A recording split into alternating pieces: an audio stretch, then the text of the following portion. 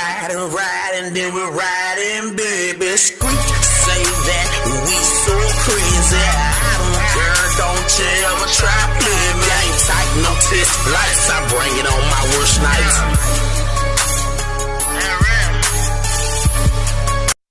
Welcome back to another edition of Clickbait Media. I am your host, Rob CZ, baby. In this edition, I want to follow up on a story about Miss Sadie Joseph. So this will be part 2. If y'all don't know, she was a community activist in Baton Rouge, Louisiana. She was also the founder of an African American museum in that community too. And she was found dead in her trunk of her car. And the police, they found the murderer. They announced a man was arrested in her murder of the slain woman. So I'm gonna read a little story about what I've got so far about this situation. All right, a Louisiana man has been arrested in the murder of a beloved 75-year-old community activist body who was found asphyxiated in the trunk of her car, police said at a news conference Tuesday afternoon. The death of Sadie Joseph, who founded the African American Museum in Baton Rouge and teamed up with the police on an anti-drug and violence program, was ruled a homicide by traumatic asphyxia, including suffocation, according to an autopsy report. Ron Jermaine Bell, 37, a convicted sex felon, was taken into custody Tuesday on a charge of first-degree murder, police said. Bell was living in one of the homes Joseph was renting out, and it's believed he was several months behind in rent payments, police said. Authorities estimated Bell owed Joseph $1,200. On behalf of the family of Sadie Joseph, we would like to express our sincere appreciation to all of the entities that came together in this tragedy to bring this person to justice, Joseph Roberts' daughter, Angela McKeon, said during a news conference Tuesday.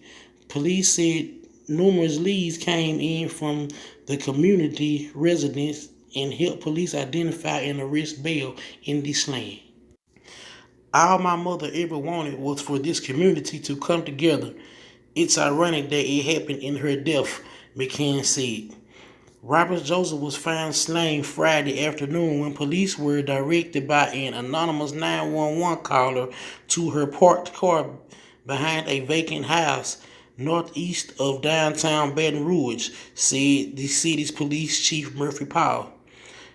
Our detectives immediately began following up on leads, interviewing witnesses, and searching for evidence during the midst of a hurricane, Powell said at Tuesday's news conference.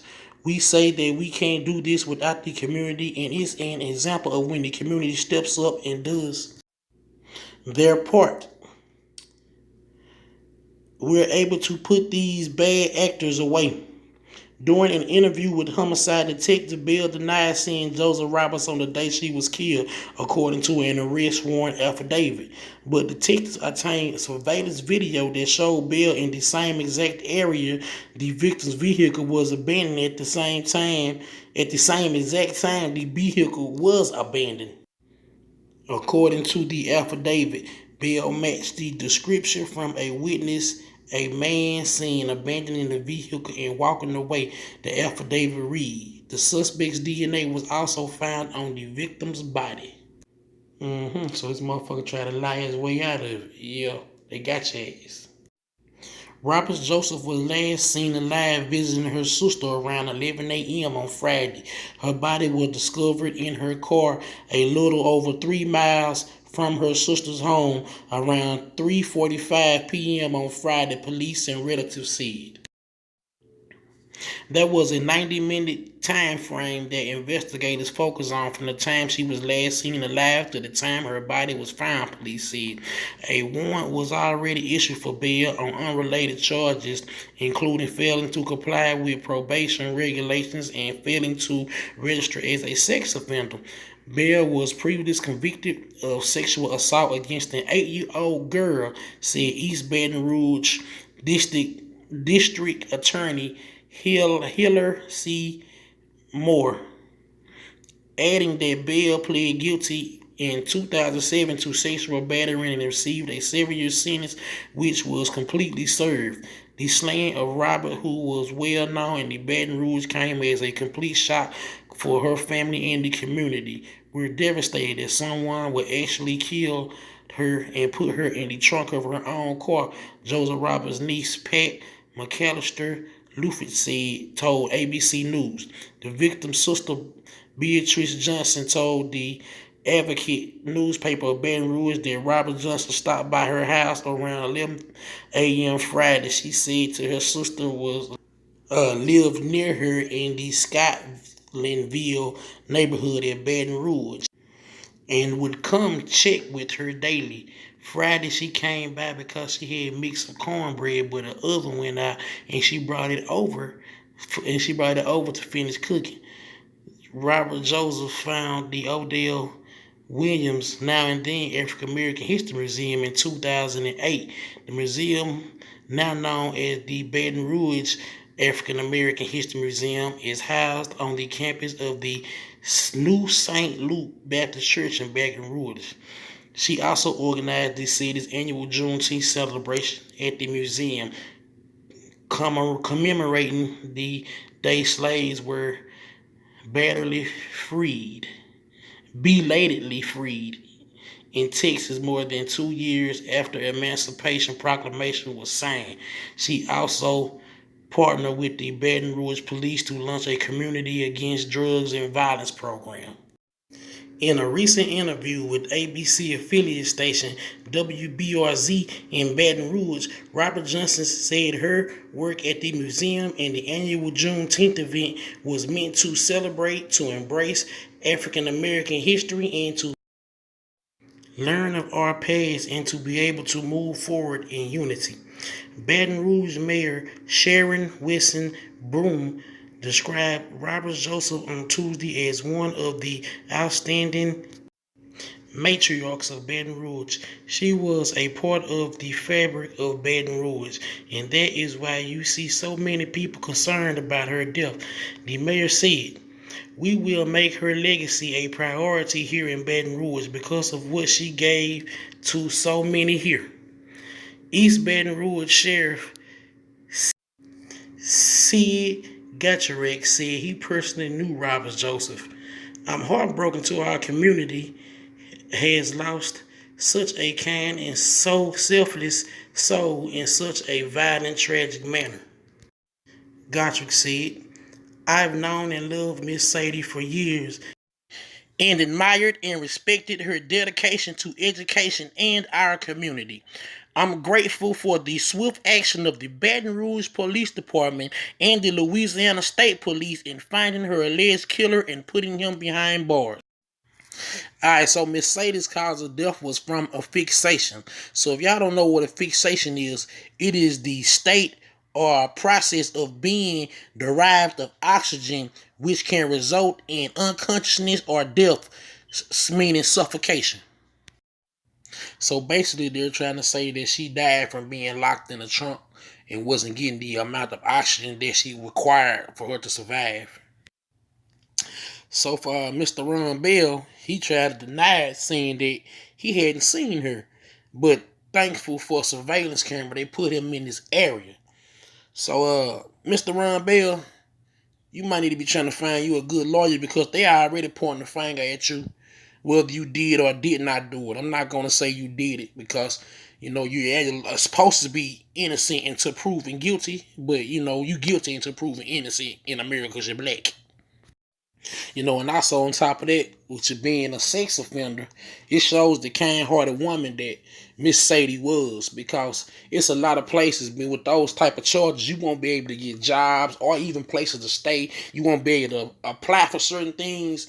And she was showing that how she stuck up for black people to even give them second chances. And this is the treatment she got from lowlifes. No, but I sincerely would like to send my condolences out to Mrs. Sadie's family, also to the people of Baton Rouge who was actually looking up and depending on her to keep things going. Because it seems like in these days of time, when a person dies with a dream, the dream also dies. You know, the legacy dies. And that's how they pretty much try to put us as far as being black people with a family. When the elders die, our legacy and our history, they wanted to die with them. But yeah, let me know what y'all think. Anything, comments, we can comment, talk about this, because it's gonna hit this black community real hard, especially in the South region and in Baton Rouge. So please be sure to comment below, like, share, subscribe for more commentary. And before I get up out of here, I'm gonna leave y'all with the news clip that I got, and that'll be it. I'm Rob Caesar, baby, and I'm up out of here. Peace. We're going to begin with this. Police in Louisiana are releasing new details about the Baton Rouge civil rights activist. 38-year-old Ron Bell was arrested yesterday on a charge of murdering Sadie Roberts Joseph. Now, police say that Bell was her tenant. Her body was found in her car outside a vacant home last week. Errol Barnett is outside the museum that she founded in Baton Rouge. Errol, a lot of people are glad there's been an arrest in this case. What led police to Bell?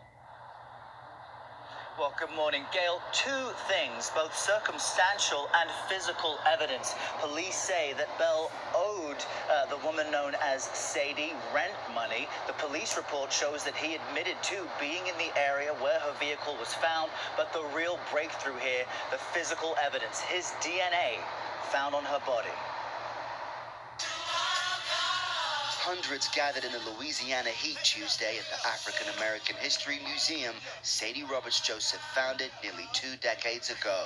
Folks coming together to celebrate her life and a breakthrough in the case. He's been identified.